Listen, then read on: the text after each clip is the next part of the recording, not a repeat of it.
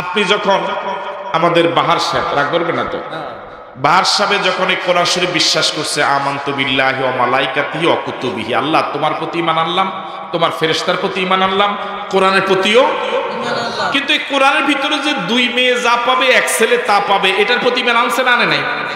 উনি যখন বললো আমি কোরআনের প্রতি ঈমান আনছি, তাহলে কোরআনের ভিতরে যা আছে বুঝুক আর না বুঝুক এটার প্রতি কি করে ফেলেছে? ঈমান এনেছে, বাস ঈমানদার হয়ে গেছে। হঠাৎ এই হুজুরে রাগ করবেন না তো, এই হুজুরে বাহার সাহেবের কয়, বাহার সাহেব আমরা তো অনেক টাকা পয়সা, আমরা মাইয়া দুর্গা হলো উজ্ঞা, আসলে তো এরকম মনে হয়, হ্যাঁ হ্যাঁ ওনার মেয়ে দুর্গা ছেলে উজ্ঞা, তো দুই মেয়ে যা পাবে ফলো উজ্ঞা তা পাইবো, এটা তো আল্লাহ কোরআন শরীফে কইছে। উনি কয় এটা হয় না, আল্লাহর অঙ্কের জ্ঞান নাই, আমি এটা মানি না। মনে করেন উনি এটা কইলেন, ঈমান আছে না নাই? আর আসতে কর আয়াত কবি অস্বীকার করছে, এটা অস্বীকার করছে 2024 সালে, ঈমান যাবে 41 সালে। কবে যাইব? আঙ্গ বেডিয়ে তো নিজে থাউনের লাগে নিয়ত করছিল 41 সাল পর্যন্ত, কিন্তু সময় পাইছে 45 মিনিট। সময় পাইছে কয় মিনিট? নিয়ত করছিল সবাই লইয়া যে 41 পর্যন্ত আমি আসি। আর আমগো দেশের মানুষ আমরা কইছিলাম কিসের 41, আমরা যতদিন বাঁচেন এই হোলাইন গুলো উগাইয়া না বেড়ি থাকতে পারেন, ঠিক আছে কথা? তো উনি এখন অস্বীকার করছে আয়াতিজ্ঞা এই বছর ঈমান যাবে 41 সালে না, সাথে সাথে অজু গেলে তো আওয়াজ হয়, আওয়াজ না হইলে অন্তত গন্ধ হয়, এই ঈমান যে গেছে আওয়াজও নাই গন্ধ, ঠিক আছে কথা? এবার কনসে দেখি বাহার সাহেবের মাথার টুপি আসেনি, দাঁড়িয়ে আসেনি, আমার তো একটু ছোট না লম্বা, পাঞ্জাবি আসেনি, তাহলে কি নাই? তাহলে বুঝা গেল বাংলাদেশে বহু দাঁড়িওয়ালা টুপিওয়ালা বেঈমান আছে। তাহলে ঈমান যায় কেমনে এবার বুঝে আসছে তো কথা মুরব্বী, ঠিক আছে তো কথা? এবার আপনাদের কাছে বলি, আল্লাহ রাব্বুল আলামিন কোরআন শরীফে বলেছেন আলা লাহুল খালকু ওয়াল আমরু, সৃষ্টি যার। ওলামায়ে কেরাম একটু সাক্ষী দেন এই আয়াত কি কোরআন শরীফে আছে? আমার অনুবাদটা কি হইছে? আমি যখন এই কোরআন শরীফকে বিশ্বাস করলাম, এবারে হুজুর যদি হুজুর রাগ করতেন না তো, আবার মুরব্বী মানুষ হুজুর না, আর এই হুজুর এতে সুন্দর হুজুর আর আসেনি, এর মধ্যে একজন উনি। তো এখন উনি এই কোরআন শরীফ বিশ্বাস করছে মানে আল্লাহ লাহুল খালকু ওয়াল আমরু, আল্লাহ বলেছেন সৃষ্টি যার, আইন চলবে তার, উনি এটাকেও কি করে ফেলেছে? বিশ্বাস করছে। কিন্তু এটা যে কোরআন শরীফে আছে এটা উনি কখনো জানতো না, কিন্তু যখন এজমালি ভাবে বিশ্বাস করছে মানে এটাও কি করেছে? বিশ্বাস করছে। এখন ইসলামী আন্দোলনের লোক একজন আইয়া কয় ডাক্তারে যে করেন লম্বা পাঞ্জাবি গাদ দিয়েছেন, জুব্বা গাদ দিয়েছেন, মাথার টুপি, আল্লাহ তো কয় যে মানুষের আইন এর আন্দোলন করা যাবে না, জমিন আল্লাহর, আইন চলবে আল্লাহর, আপনাকে সেই কাজ করা লাগবে, বাইতুল মাল দেওয়া লাগবে, ইয়ামত দেওয়া লাগবে, ইসলামী আন্দোলনের সমর্থন করা লাগবে। উনি কয় আমি রাজনীতিক নাই, আমি এটা মানি না। ওরে কথা কয় না, আমি মসজিদও আছি, আমি মাদ্রাসাতে আছি, আমি নুরুল মাদ্রাসা 10,000 টাকা প্রতি বছর দিই, আমি মোটামুটি কোন ইচ্ছা হতে জান্নাতে যাইব, আমি এই আন্দোলন আমি নাই, আমি এটা বিশ্বাস করি। ঈমান থাকবো না যাইব? কাদিয়ানীর না কয়টা আয়াত অস্বীকার করে বেঈমানি ছিল, তো উনি আয়াত অস্বীকার করে ঈমানদার থাকে কেমনে? তাহলে যারা বলে ইসলামের সাথে রাজনীতির সম্পর্ক নাই, যারা বলে কোরআনে রাজনীতি নাই, ঈমান আছে তো? কথা বলেন, ঈমান আছে তো? এবার আপনাদের কাছে আমার প্রশ্ন, যারা বলে কোরআনে রাজনীতি নাই তারা কি এই কথা বিশ্বাস করে দুই একজনের বেঈমান বানাইছে না কোটি কোটি ভোটারে বেঈমান বানাইছে? তাহলে ওই জাতীয় সংগঠন যারা করে শুধু একটা কথার কারণে, এই একটা আয়াত নয়, কোরআন শরীফের নামাজের আয়াত আছে 82টা। আর কেউ যদি ইসলামী রাজনীতি অস্বীকার করে, ইসলামী রাজনীতি, অর্থনীতি, সমাজনীতি, ব্যবসা নীতি, শিক্ষানীতি, বন্দিনীতি, চুক্তিনীতি, পারিবারিক নীতি, সন্ধিনীতি, ইসলামের রাজনৈতিক অবকাঠামোর উপরে এই কোরআন শরীফে আয়াত আছে প্রায় 1000। কয় হাজার? কথা কয় না কেন? তাহলে কোরআন শরীফে নামাজের কথা আছে মাত্র 82 জায়গায়, কোরআন শরীফে রাজনীতির সংশ্লিষ্ট কথা আছে 1000। কাদিয়ানীরা একটা আয়াতের কিছু অংশ অস্বীকার করে যদি বেঈমান হয়, ডাক্তার সাহেব 1000 আয়াত অস্বীকার করে ঈমানদার থাকে কেমনে? আমি কি কথা বুঝতে পারলাম? আমাদের রাসূল কি রাজনীতি করছে না করে নাই? হ্যাঁ করছে। রাষ্ট্রপ্রধান ছিল আবু বকর, ওমর, ওসমান, আলী রিদওয়ানুল্লাহ তাআলা আলাইহিম আজমাইন। ওনাকে রাজনীতি করছে, রাষ্ট্র চালাইছে। যে বলে কোরআনে রাজনীতি নাই, মনে হয় যেভাবে কইছে, মনে হয় কোরআন শরীফের পৃষ্ঠা পৃষ্ঠা লাইনে লাইনে পড়ি দেখছে। না নাই তো টোকাই চাইছে, হাতে কি নাই? আমার কাছে কি বিশ্বাস হয় কোরআন শরীফ ভরি চাইছে? পড়তে পারে বললা মনে হয়? জীবনে কোরআন শরীফ ধরছে বললা মনে হয়? আন্দাজি মারি দিস, কথা কয় না কেন? এটা হইলো এরকম যে রোজা রাখে ডাক্তার সাহেব, ওই ইফতারি করে হেমিয়া, কথা কয় না কেন? ঠিক কিনা? রোজা রাহে লোকে ইফতারি খায়, যে রোজা রাহে না। ঠিক আছে কথা? তাহলে না মাদ্রাসা পড়লাম আমরা, পড়াই আমরা, ফতুয়া দেয় যে কোরআন শরীফ ভরতে জানি। আমার ভাইরা, এদেরকে নেতা বানাইছি তো আমরা, ঠিক নয় কি? আল্লাহ রাব্বুল আলামিন কোরআন শরীফে নামাজ পড়তে বলেন নাই, বরং নামাজ কায়েম করতে বলেছেন। কি করতে বলেছেন? আরো আস্তে কর। পড়া আর কায়েম করা, প্রতিষ্ঠিত করার মধ্যে পার্থক্য আছে না নাই? আমাদের দেশে পোশাক পরা এটা প্রতিষ্ঠিত আছে, প্যান্ট পরা, পায়জামা পরা, লুঙ্গি পরা, শাড়ি পরা, থ্রি পিস পরা প্রতিষ্ঠিত আছে না নাই? পোশাক পরা প্রতিষ্ঠিত থাকার কারণে সমাজে কোনো উলঙ্গ মানুষ, যদি উলঙ্গ মানুষ কেউ দেখে তার কি বলে? সমাজে পোশাক পরা প্রতিষ্ঠিত থাকার কারণে এখানে ছোট্ট একটা বাচ্চাকে যদি আপনি উলঙ্গ হতে বলেন, সে কিন্তু কি হবে না, যেহেতু সমাজে পোশাক পরা কি আছে।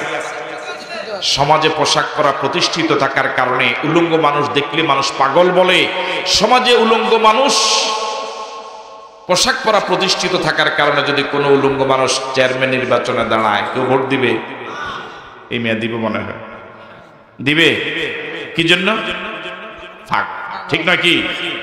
যদি নামাজ সমাজে প্রতিষ্ঠিত থাকতো, বেনামাজি দেখলে মানুষ পাগল বলতো। সমাজে পোশাক প্রতিষ্ঠিত থাকার কারণে কোন উলঙ্গ মানুষ নির্বাচনে দাঁড়ালে মানুষ যেভাবে তাকে চেয়ারম্যান, মেম্বার, এমপি, মন্ত্রী, নেতা বানাবে না। আল্লাহর কসম, নামাজ যদি সমাজে প্রতিষ্ঠিত থাকতো, কোরআনের রাজনীতি যদি সমাজে প্রতিষ্ঠিত থাকতো, বেনামাজিকে মানুষ নেতা মানত। প্রথমে প্রশ্ন করতো, তুই আগে নামাজ পড়স নি না? এখন সমাজে কোরআন এর রাজনীতির বিরোধিতা কেন করে? এই রাজনীতির বিরোধিতা এই জন্যই করে, এই কোরআনের রাজনীতি যদি সমাজে প্রতিষ্ঠিত হয়ে যায়, এই বড় বড় হুজুরগো আগে হাত কাটা যাবে, ঠিক নয় কি? ভালো করে শুনেন, এই দেশে যারা ডাব, নারকেল, সুপারি চুরি করে পেটের ক্ষুধার তাড়নায়, এদের হাত কাটতে ইসলাম বলেনি। কারণ এই মানুষগুলো চুরি করে পেটের কারণে, অভাবের কারণে। আর সমাজের, রাষ্ট্রের অভাব, জনগণের অভাব পূরণ করার দায়িত্ব ছিল সরকারের। সরকার জনগণের অভাব পূরণ করতে পারে নাই, এটা সরকারের ব্যর্থতা। এই কারণে ডাব, নারকেল, সুপারি টুকটাক যারা চুরি করে তাদের হাত কাটার অনুমোদন ইসলাম দেয় না।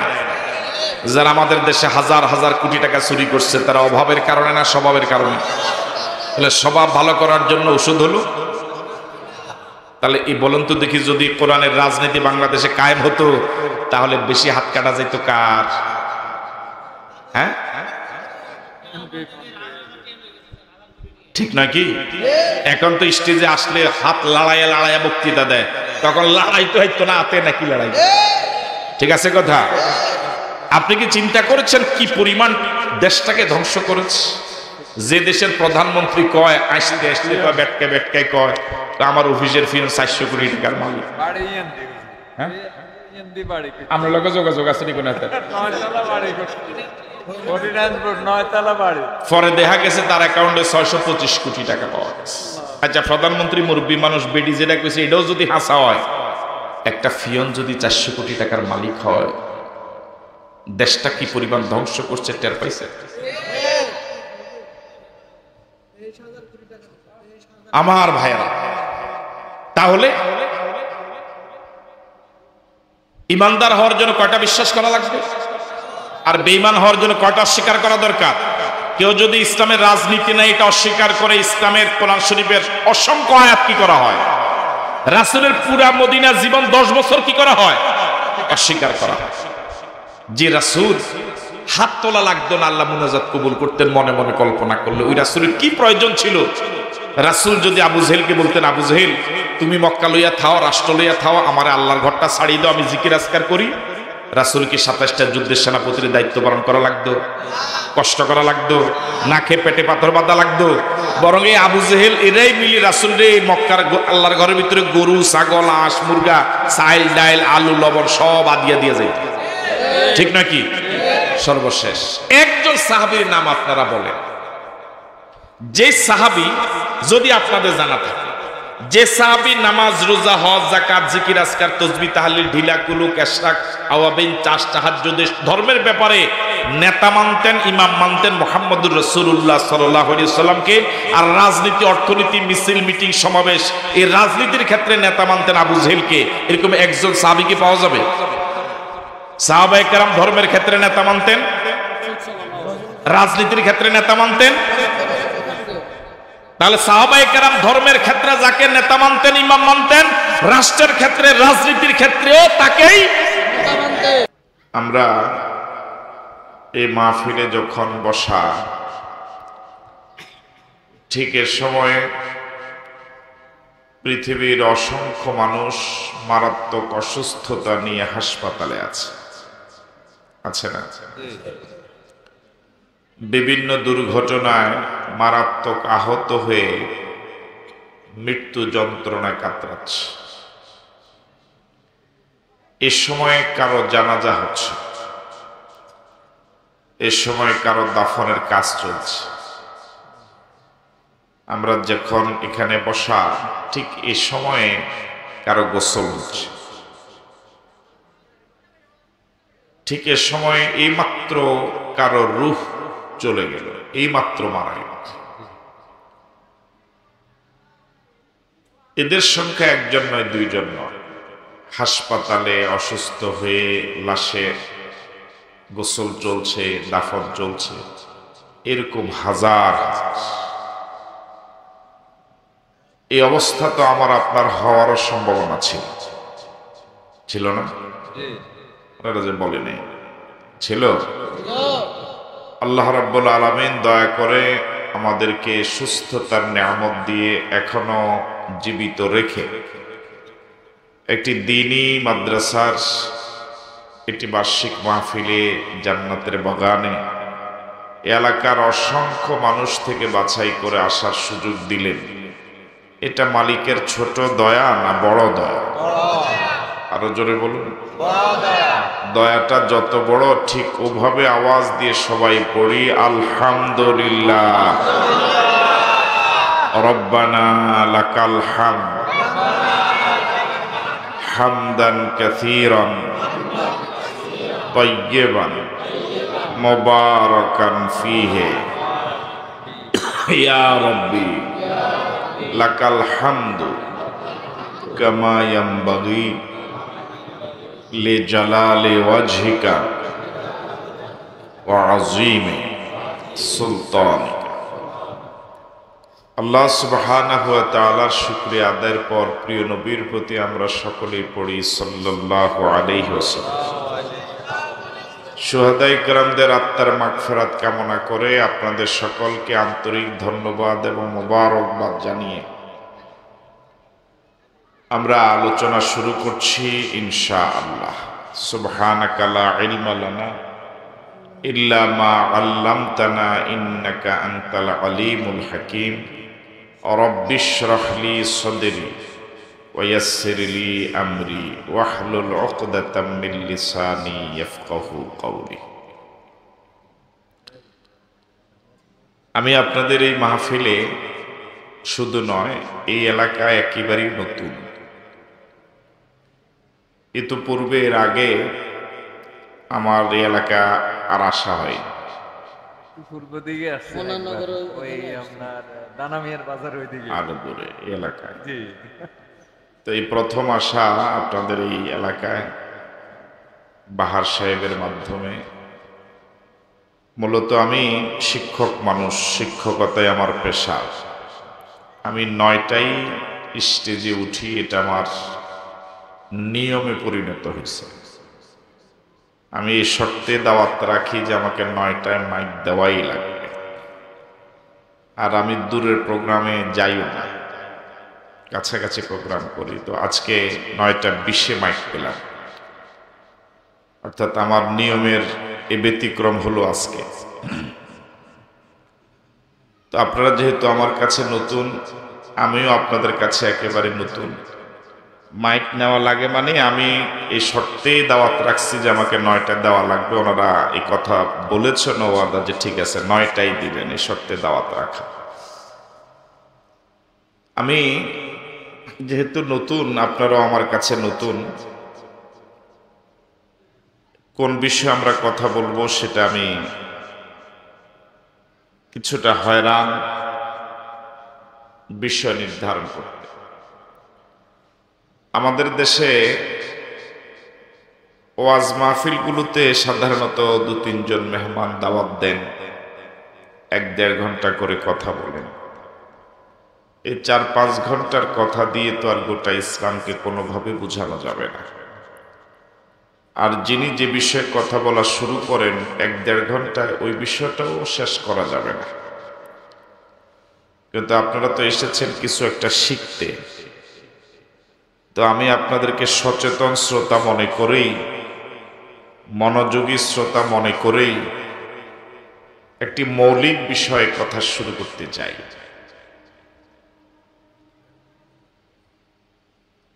যদি আপনারা সুরেলা কণ্ঠে খুব সুর দিয়ে কথা শোনার আগ্রহ নিয়ে এসে থাকেন, তাহলে আপনারা মজা পাবেন না। আর যদি মনোযোগী হয়ে কিছু শিখতে চান, যাতে করে এটা মাহফিলের পরেও মনে থাকে, তাহলে সুরের দিকে খেয়াল না করে কথার দিকে খেয়াল করে মনোযোগী হয়ে শুনলে ভালো হবে। এই লাইটটা জ্বালালো কে?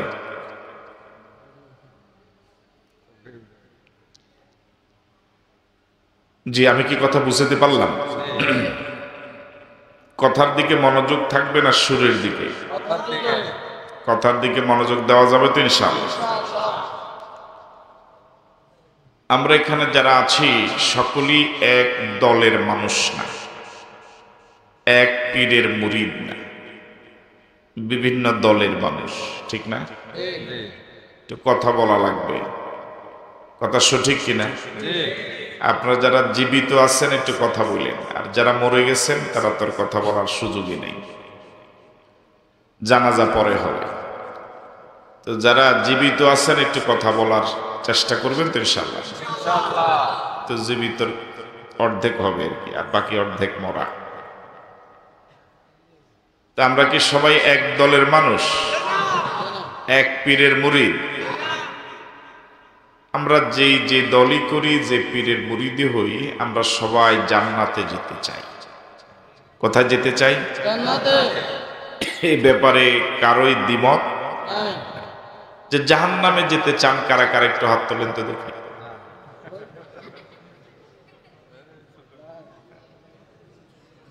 মনোযোগ আছে, বুঝা যায়। হয়তো আপনারা সুরের ওয়াজ শুনে অভ্যস্ত, এই কারণেই হয়তো অমনোযোগী। আমরা কি সবাই জান্নাতে যেতে চাই? কারা কারা জান্নাতে যেতে চাই? আল্লাহ কবুল করুক বলি আমিন। হাত। জান্নাতে যাওয়া একেবারেই সহজ। জান্নাতে যাওয়ার জন্য কাজ লাগবে 2টা। কয়টা কাজ? 2টা। ও বলে না, দেখেন এই যে যুবক মানুষ জিন্দাউলি। জান্নাতে যাওয়ার জন্য কাজ লাগবে কয়টা?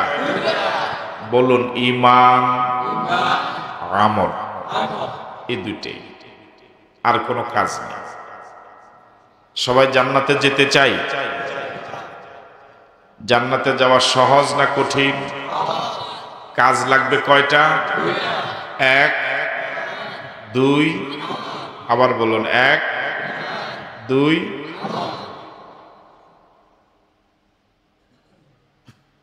এখন ঈমান কাকে বলে, কি কারণে ঈমান নষ্ট হয়, এই বিষয়টা এত জরুরি। আমাদের দেশে আমলের ওয়াজ প্রচুর হয়, কিন্তু সে তুলনায় ইমানের ওয়াজ হয় না বললেই চলে, ঠিক না? আমল বেশি জরুরি না ইমান বেশি জরুরি? আরো আসতে বলে। আমলও জরুরি, কিন্তু আমল থেকে ইমান বেশি জরুরি। কিন্তু যেটা বেশি জরুরি এটার ওয়াজ হয় না। সিংহভাগ মুসলমান ইমান কাকে বলে এটা জানেই না, কি কারণে ইমান নষ্ট হয় এটাও জানে না, কিন্তু আমলের জন্য উনি খুব পেরেশান। ইমান ছাড়া আমলের কোনো মূল্যই নেই। বুঝতে পারলাম? দাড়ি রাখা ভালো না খারাপ? কি রে ভাই, আপনাকে রাগ? দাড়ি রাখা এটা ভালো না খারাপ? এটা ইমান না আমল? রবীন্দ্রনাথ ঠাকুর দাড়ি ছিল অনেক লম্বা, কোন সব পাবে? কেন পাবে না? ইমান। তাহলে কোন বিধর্মী ইমান ছাড়া কোন লোক যদি দাঁড়িয়ে রাখে এটার নাম আমল নয়, বিনিময়ে কি পাবে না? সব পাবে না। ইমান এটাকে এক ধরেন। কত? আমার কথা কি বুঝেন আপনারা? ইমান এটাকে কত ধরে? এক। আর প্রত্যেকটা আমল এক একটা জিরো। তো একের সামনে যদি একটা জিরো দেন কত হবে? আরেকটা জিরো দিলে, আরেকটা জিরো দিলে, তাহলে ইমান যদি কারো থাকে সে যত আমল করবে তত যোগ হবে, তত ইমান মজবুত হবে, তত এটা আরো মানে সমৃদ্ধ হবে। এখন একের সামনে আমি জিরো দিয়েছিলাম 10টাই আমল, কিন্তু এক উঠাই নিলাম। এখন এই 10টা জিরোর কোনো দাম আছে? হ্যাঁ। তাহলে এই জিরোগুলো দামি হবে যদি ইমান কি থাকে, ঠিক থাকে। আমি কি কথা বুঝতে পারলাম? এই টুপি, দাড়ি, জুব্বা, পাঞ্জাবি, সুরা, কেরাত সব দামি হবে যদি কি ঠিক থাকে। আর ইমান যদি ঠিক না থাকে কোনো কাজে আসবে। তাহলে সবচেয়ে বেশি দরকার কোনটা? আমি কি আমলের বিরুদ্ধে কথা বললাম? এবার আবার এই পড়াটা আদায় করি। আমরা কি সবাই জান্নাতে যেতে চাই? জান্নাতে যাওয়ার জন্য কাজ লাগবে কয়টা? 1, 2, আগে ইমান না আগে আমল? এরপরে আপনাদের এলাকায় খাল বিলে তো মানুষ মাছ ধরে, কি জাল দিয়ে? ঝাঁকি জাল। এটা কি বল? কি জাল? ঝাঁকি জাল বা ঝাঁই জাল। হ্যাঁ, জালের যদি 2-1 জায়গায় ফাড়া হয়, সিরা হয়, মাছ উঠবে? উঠবে, কম হইলেও। কিন্তু মাছ ধরার পর আপনারা যেটাতে রাখেন ওটার নাম কি? খলি। খলির যদি তলা না থাকে মাছ থাকবে? তাহলে জাল 2-1 জায়গায় ফাড়া চিরা হলেও কিছু না কিছু মাছ, কিন্তু খলির তলাটা কি থাকা লাগবে? আপনার ইমানটা ঠিক থাকা লাগবে। এরপর আমলের ত্রুটি বিচ্ছুতি কম বেশ, কেউ আমল কম করবে, কেউ বেশ করবে, এই আমল দিয়ে সে ইমানের কারণে জান্নাতি হয়ে যায়। ঠিক আছে কথা? আমল সবার সমান হওয়ার কোনো সুযোগ নাই। যেমন আপনারা এখানে যারা আছেন সবাই কি হজ করেছেন? মৃত্যু পর্যন্ত হজ করা হবে না এরকম লোক এখানে অনেক। আপনাকে সবাই যাকাত দেন, তাহলে হজেরও আমল নাই, যাকাতেরও ঠিক নয় কি? ইমান এত দামি, লা ইলাহা ইল্লাল্লাহ এত দামি। এই লা ইলাহা ইল্লাল্লাহর প্রচার করার জন্য আল্লাহ রাব্বুল আলামিন লক্ষাধিক নবী পাঠানো হয়েছে। সুবহানাল্লাহ। বাড়ি যে কই যে কালেমার প্রচারের জন্য লক্ষাধিক নবী রাসূল পাঠানোর প্রয়োজন হয়, ওই কালেমাটার দাম কম না বেশি? তুলনায় মিজানের এক পাল্লায় যদি লা ইলাহা ইল্লাল্লাহ দেওয়া হয়, আরেক পাল্লায় যদি 7 আকাশ দেওয়া যায়, আরেক ওই পাল্লা যদি 7 জমিন উঠায় দেওয়া হয়, কসম আল্লাহ, লা ইলাহা ইল্লাল্লাহর পাল্লাটাই ভারী।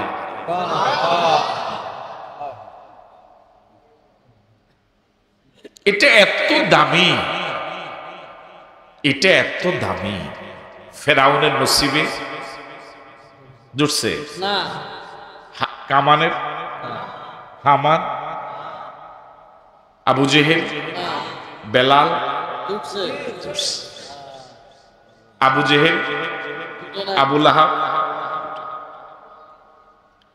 এই কালিমাটা এত দামি, রাসূল করিম সাল্লাল্লাহু আলাইহি ওয়াসাল্লাম বলেছেন সর্বশেষ যে ব্যক্তি জান্নাতে যাবে। মনোযোগ আছে আপনাদের? এরপর আর কয়জন যাবে? একজন। রাসূল বলেছেন সর্বশেষ যে ব্যক্তি জান্নাতে যাবে, 10 পৃথিবীর সমান জায়গা আল্লাহ রাব্বুল আলামিন তার জন্য জান্নাতে বরাদ্দ রেখেছে। কয় পৃথিবী? 10 পৃথিবী। আপনাদের সভাপতি সাহেব, ওনার কিছু জীবনী শুনলাম। এখানে 10 ডেসিমেল কিনছে 1.5 কোটি টাকা, ওখানে বিক্রি করছে 3.5 কোটি টাকা, এরকম। আপনাদের মাইজদি সদরই তো মনে হয় এখানে প্রপার। এখানে 1 শতক জায়গা কত হবে দাম? মেইন টাউনের 30 লাখ। 30 লাখ। যদি 30 লক্ষ হয়, তাহলে 100 শতক জায়গা কেনার মতো কোন লোক কি এখানে আছেন? জবাবে তো বোঝা যায় আছে অনেক। তাহলে জবাব দেন না কেন? মাইজদি সদরে যদি 30 লক্ষ টাকা প্রতি শতাংশ হয়, তাহলে 100 শতক জায়গা কেনার মতো কোন লোক কি এখানে আছেন? 50 শতক কেনার মতো লোক মনে হয় নাই, ঠিক নয় কি? কিন্তু জান্নাতে 10 পৃথিবীর সমান জায়গা কেনার মতো লোক এখানে সবাই আছে। তাও আলহামদুলিল্লাহ বললেন না? এই পানির বোতলটা কিনতে পুঁজি লাগবে কত? 20 টাকা। এই টিস্যু বক্সটা কিনতে পুঁজি লাগবে কত? 60 টাকা। এই মোবাইলটা কিনতে পুঁজি লাগবে 20,000 টাকা। তাহলে মোবাইলটা কিনতে পুঁজি,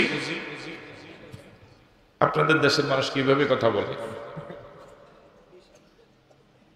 আমি এতক্ষণ চেষ্টা করে আপনাদের জবানটা খোলাইতে পারলাম না, এটা তো বড় দুঃখজনক। এই মোবাইলটা কিনতে পুঁজি লাগবে কত? এই বোতলটা কিনতে, পানির আর এই টিস্যু বক্সটা কিনতে, আর 1 শতক জায়গা কিনতে 30 টাকা। 10 পৃথিবীর সমান জান্নাতে জায়গা কিনতে কি পুঁজি লাগবে? লা ইলাহা, আমি বুঝাতে পারি নাই। এটা কিনতে পুঁজি লাগবে 20 টাকা। মোবাইল 20,000, ওখানে জায়গা 30 লাখ। জান্নাতে 10 পৃথিবীর সমান জায়গা কিনতে পুঁজি লাগবে লা ইলাহা। 50 শতক জায়গা কেনার মতো কোন লোক এখানে নাই, এই পুঁজি এখানে একজনেরও নাই। কিন্তু 10 পৃথিবীর সমান জায়গা কেনার মতো পুঁজি আমাদের সবার আছে। এই জন্য আলহামদুলিল্লাহ। আরো আস্তে কোন আলহামদুলিল্লাহ, আরো জোরে বলেন আলহামদুলিল্লাহ। তাহলে যে ব্যক্তি ইমানদার তার মতো ধনী কেউ নেই, ঠিক নয় কি? আমেরিকার প্রেসিডেন্ট ধনী না গরিব? ভারতের প্রধানমন্ত্রী। 10 পৃথিবীর সমান জায়গা কেনার মতো জান্নাতে পুঁজি আছে, হ্যাঁ? কিন্তু আমাদের দেশের ওই রিক্সাওয়ালা, ঠেলাওয়ালা, কুলি, মজুর, দিন এনে দিন খায়, খেটে খাওয়া মানুষ, শ্রমিক মানুষ 3 বেলা পেট পুরে খেতে পারে না, ঘর দরজা ভালো মানের নাই, রাস্তার পাশে ঘুমায়, কিন্তু তার কাছে লা ইলাহা ইল্লাল্লাহর পুঁজি, কথা বলেন, পুঁজি। আমেরিকার প্রেসিডেন্ট থেকে এই গরিব দামি। ভারতের প্রধানমন্ত্রী থেকে এই গরিব, তাহলে একটা লোক মাঠে কাজ করলে 8 ঘন্টা 500 টাকা তার পকেটে আসে, কত কষ্ট করে। 500 টাকা ইনকাম করার জন্য একজন মানুষ যে পরিমাণ পরিশ্রম করা লাগে, 10 পৃথিবীর সমান জান্নাতে জায়গা কেনার মতো যে পুঁজি আমি আপনি গ্রহণ করছি, সংগ্রহ করছি, 500 টাকা ইনকামের মতো কি কষ্ট করা লাগছে? কোন পরিশ্রমী, বরং আল্লাহ দয়া করে মায়া করে আমাকে আপনাকে এত দামি পুঁজিটা ফ্রি দিস। মানুষের নিয়ম হলো যে সম্পদ অর্জন করতে মানুষের কষ্ট বেশি হয়, ওটাকে মানুষ সম্পদ মনে করে, ওটা রক্ষার জন্য চেষ্টা করে, এটাকে জায়গায় জায়গায় গিয়ে বলে আমার ওই জায়গায় 2টা দোকান আছে, ওই মার্কেটে 5টা দোকান আছে, অনেক কষ্ট করে দোকানটা কি করছি। আর যে সম্পদ বাবার কাছ থেকে এমনি পায়, এটাকে মানুষ দামি দেয় না, সম্পদই মনে করে না, ঠিক নয় কি? যিনি কষ্ট করে জায়গা কিনে উনি কিন্তু এই জায়গাটা বিক্রি করে না, আর যে ছেলে বাবার কাছ থেকে এমনি পায় হেতে খাওয়ানোর আগে বেশি এর কাছে এটা কোনো কি নেই, দাম। আবু বকর, ওমর, ওসমান, আলী, তলহা, জুবাইর, খাব্বাব রিদওয়ানুল্লাহ তাআলা আলাইহিম আজমাইন, ওনারা যে পরিশ্রম করে কালেমাটা কিনলেন, এটাকে ওনারা মর্যাদাও, আর আমার আপনার কষ্ট করা লাগে নাই, এমনি পাইছি। এটা যে সম্পদ এটাও মাথাত নাই, এটার যে দাম আছে এটাও মাথাত নাই, এটার পিছনে যে চোর ডাকাত পড়ার সম্ভাবনা, ইমান চুরি হয়ে যেতে পারে, ডাকাতি হয়ে যেতে পারে, ইমানটাকে চোর ডাকাতের হাত থেকে নিরাপদ রাখা লাগবে, এই পেরেশানিও নেই। ইমান কাকে বলে চিনিও না, ইমান চোরও চিনি না, ইমান রক্ষা করা লাগবে, এই পেরেশানিও। আপনারা কি রাগ করতেছেন আমার কথা? এইভাবে সুর ছাড়া মানুষ ওয়াজ শুনে শুনে, হ্যাঁ? তাহলে আমরা এই পড়াটা তখন যা পড়াইলাম আবার একটু সামারাইজ করি, খোলাসা। আমরা সবাই কোথায় যেতে চাই? জান্নাতে যাওয়াটা কি খুব জরুরি? মাইজ দিয়ে যাওয়া যেরকম জরুরি এরকম জরুরি, ঢাকা যাওয়া যেরকম জরুরি এরকম জরুরি, হ্যাঁ? মাইজ দিয়ে গোটা জীবনে না গেলেও চলবে, ঢাকাতে না গেলেও চলবে, কিন্তু জান্নাতে না গেলে চলবে না। এখানে বহু লোক আছেন যিনি ঢাকায় পর্যন্ত যায়নি। আপনি গেছেন নি মুরব্বী? গেছেন নি ঢাকা? ওমাকে কয় কি? আমি তো মনে করছিলাম যায় না, বুঝি? হ্যাঁ, গেছে। এরপরে 2-1 জন থাকতে পারে মনে হয় যায় না, এখন কইতে না হয়তো। আসি কেন? আছে না? আসি। তাহলে ঢাকা না যাওয়ার লোক এখানে, কিন্তু ওনার সংসার কি কোনো কাজ বন্ধ আছে? তাহলে ঢাকা না গেলেও চলবে, কিন্তু জান্নাতে না গেলে যে কোনো মূল্যে আমাকে জান্নাতে যাওয়াই লাগবে। ঠিক আছে কথা? সবাই একমত? জান্নাতে যাওয়ার জন্য কাজ লাগবে কয়টা? 1, 2, আগে ঈমান না আগে আমল? আরো জোরে বলেন। আমল ছাড়াও জান্নাতে যাওয়া যাবে, কি দিয়া? আরো জোরে বলেন। কিন্তু ঈমান ছাড়া শুধু আমল দিয়া জান্নাতে যাওয়ার কল্পনাই করা যায়। তাহলে বেশি জরুরি কোনটা? ঈমান। আমলকে আমরা জরুরি মনে করি নেই? জরুরি, কিন্তু বেশি জরুরি ঈমান। সর্বশেষ যে ব্যক্তি জান্নাতে যাবে ইমানদার হয়ে, কয় পৃথিবীর সমান জায়গা পাবে? 10। জোরে বলেন। তাহলে ঈমান থেকে দামি কোন সম্পদ কি ইমানদারের কাছে আর হতে পারে? হতে পারে? সবচেয়ে দামি সম্পদ আমার আপনার কাছে কি? ঈমান। এই ঈমানটা সংগ্রহ করতে কোনো কষ্ট করা লাগছে? বরং মালিক কিভাবে দিছে? কথা কয় না কেন? এই জন্য মালিকের শুকরিয়া আদায় করেন আলহামদুলিল্লাহ। দুনিয়ার সম্পদ যেগুলো দামি, এগুলোর পিছনে চোরের নজর পড়ে, ডাকাতের নজর পড়ে, ঠিক নয় কি? যেমন আজকে মাহফিলের পরে এই হ্যান্ডবিলটা কর্তৃপক্ষ নিবে না, এটা এখানে পড়ে থাকলে কোনো সরে ধরবে না, ধরবে? এটা কোনো দাম না, কিন্তু মোবাইলটা যদি এখানে পড়ে থাকে নিবে? 2-2.5 ঘন্টা পরে নিবে। হ্যাঁ, কথা কয় না কেন? সাথে সাথে এটা সাফাইতে কি পয়সা লাগে না? লাগছে, যাই লাগে 10 পয়সা হলে তো লাগছে, ঠিক নয় কি?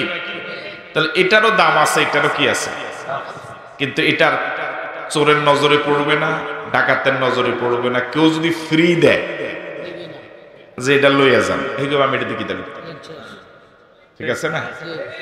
এটা যদি আপনি দিয়ে দেয়, নিত না, দিলে তো নিবই, ফিরে থাকলেও নিব।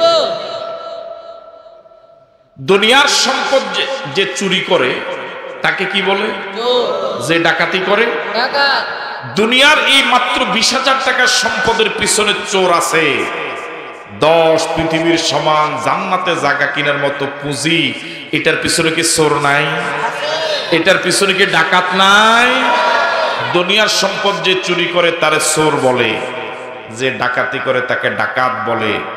ঈমান নামক শ্রেষ্ঠ সম্পদ যারা চুরি করে, সে যদি পীর হয় তাকে ভণ্ড পীর বলে, সে যদি আলেম হয় তাকে ভণ্ড আলেম বলে, সে যদি ইমাম হয় তাকে ভণ্ড ইমাম বলে, সে যদি বক্তা হয় তাকে ভণ্ড বক্তা বলে, সে যদি নেতা হয় তারে ভণ্ড নেতা বলে। এবার আমাদের দেশে ভণ্ড আলেম, ভণ্ড পীর, ভণ্ড নেতা, ভণ্ড বক্তা, ভণ্ড নেতা নাই? আছে।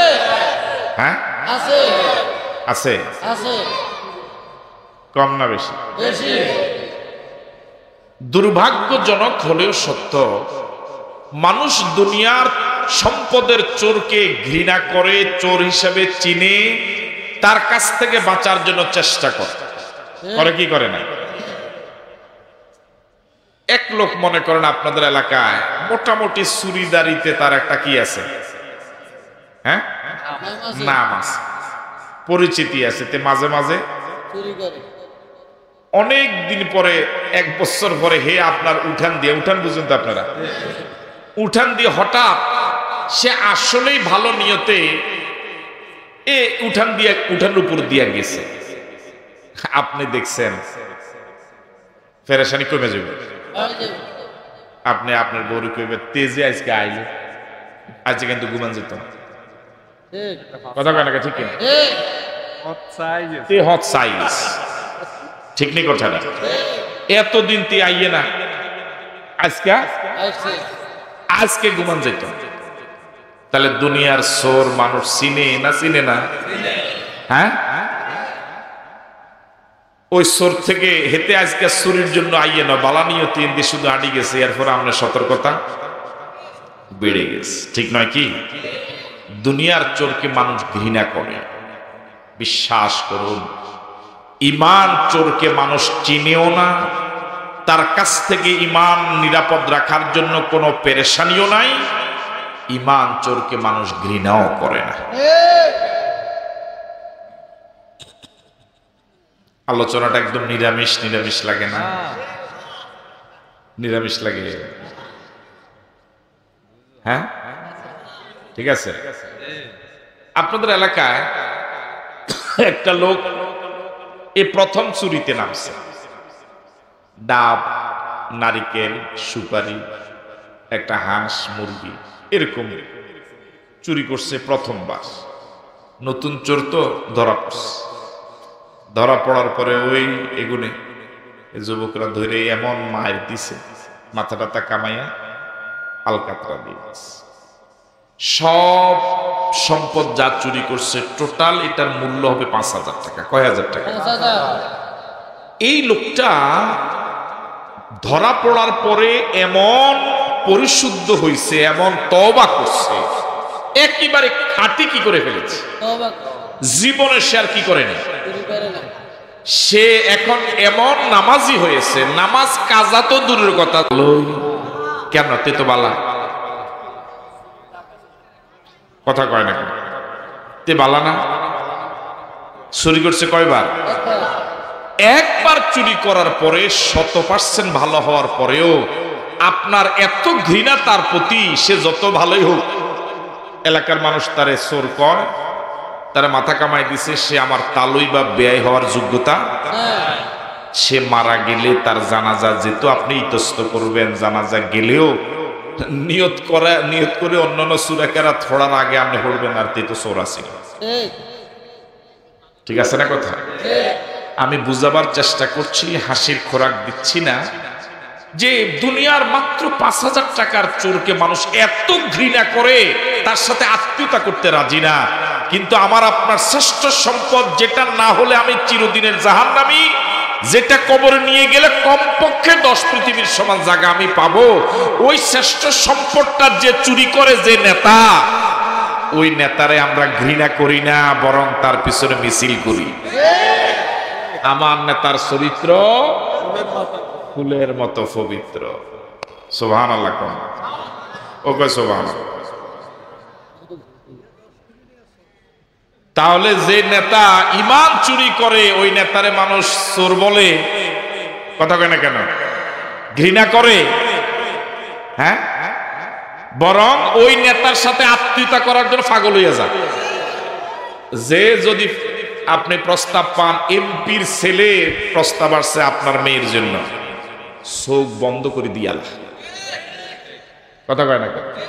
এমপির ফোলা, অথচ ওই লোকটা কিন্তু 15 বছরে আল্লাহর ওলি হয়ে গেছিল, জীবনে একবার চুরি করার পরে তার ফলার কাছে কিন্তু নিজের মেয়ে বিয়ে দিতে রাজি হন নাই। কিন্তু যে এমপি, যে মন্ত্রী চুরি কইরা, হ্যাঁ, তাহলে আমার কথার সাথে মিলতেছে আপনার? যে ভণ্ড পীর, কোরআন হাদিসের সাথে যার আলোচনার কোনো মিল নাই, আল্লাহ কয় একরকম, হেতে কয় আরেক রকম, যার ওয়াজ শুনলে ঈমান সাথে সাথেই চলে যায়, এই ভণ্ড পীরকে দেশের মানুষ দাওয়াত দেয় না। এই পীরের নাম পোস্টারে সবার নিচে থাকে, হ্যাঁ, দেশের হুজুর করে অন্য হুজুর করে দেয় ফার্মের মুরগা, আর এই ভণ্ড পীরে দেয় কবুতরের বাচ্চা। অন্য হুজুর বেগুনের হাদিয়া যা, এই বড় হুজুরের হাদিয়া যাওয়ার সময় সবার ঈমানও নিয়ে গেল, দেশি মুরগাও খাইলো, হাদিয়াও লইয়া গেল, আবার যাওয়ার সময় উনি কয়, হুজুর তেমন খেদমত করতাম পারি নাই, মনে কষ্ট নিয়ে না। ঠিক নয় কি? এদেশে যে বক্তাদের ওয়াজের সাথে কোরআন সুন্নাহর কোনো মিল নাই, যাদের আলোচনা সম্পূর্ণ শরীয়ত বিরোধী, এই জাতীয় বক্তাদেরকে মানুষ লাখ লাখ টাকা দিয়ে দাওয়াত দেয় না।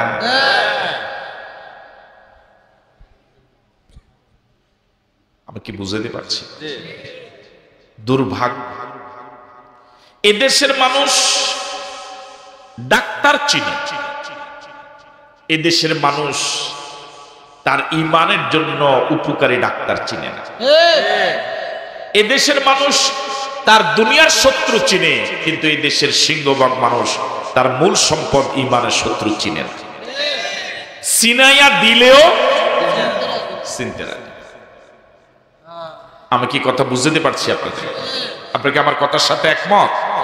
বিশ্বাস করুন আর নাই করুন, এদেশের সিংহভাগ মানুষ, অশিক্ষিত মানুষেরাও ওযু ভঙ্গের কারণ জানে, রোজা ভঙ্গের কারণ জানে, নামাজ ভঙ্গের কারণ জানে। আল্লাহর কসম, অধিকাংশ শিক্ষিত মানুষও ঈমান ভঙ্গের কারণ জানে না। অধিকাংশ শিক্ষিত মানুষও ঈমান চোর চিনে না।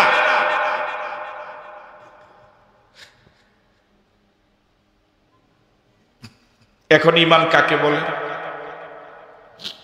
এখন যদি আপনারা এখানে অনেক শিক্ষিত ওলামায়ে কেরাম আছেন, যদি বলেন যে বুড়ো হয়ে গেলাম তে আইসে অনাম করে কি শিখাইতে, তখন মেজাজটা কিরূপ লাগে না? হ্যাঁ, যে বুড়ো হয়ে গেলাম, কবর যাওনের সময় হয়ে গেল, আমি একটা মাদ্রাসার অমুক জায়গার মোহতামেম, আমি প্রিন্সিপাল, আমি মুয়াদ্দিস, সে আইসে কি শিখায়? ঈমান শিখায়। এভাবে নিলে কিন্তু আমি মানে সামনে না গেলে ভালো হয়। আর যদি নেন যে দেখি না নতুন করে কথা পাওয়া যায় কিনা, তাহলে বলা যায়। তাম পৃথিবীর সব ওলামায়ে কেরাম একমত, তাসদীকু বিমা জাআ বিহিন নবিয়্যু সাল্লাল্লাহু আলাইহি ওয়াসাল্লাম ইতিমাদান আলাইহি। ঈমান বল, আমাদের রাসূল শরীয়ত হিসেবে আল্লাহর কাছ থেকে যা নিয়ে এসেছেন, বুঝি আর না বুঝি, আমল করি আর না করি, সব বিশ্বাস করার নাম ঈমান। আমি কিন্তু মুখস্থ আদায় করা লাগবে। তাহলে ঈমান বলে রাসূলের আনিত শরীয়তের সব বিশ্বাস করার নাম ঈমান। রাসূলের আনিত শরীয়তের কয়টা বিশ্বাস করার নাম ঈমান? বলুন সব, বলেন সব, আবার বলেন। আমল যদি আপনি কমও করেন, বিশ্বাস কম করা। একটু আগে তো বললাম যাকাত এবং হজের কথা দিয়ে, যে হজের আমলও নাই আমাদের, যাকাতের আমলও নাই, কিন্তু এরপরে ঈমানদার কেন? যেহেতু আমরা বিশ্বাস করি। তাহলে রাসূলের আনিত শরীয়তের কয়টা বিশ্বাস করার নাম ঈমান?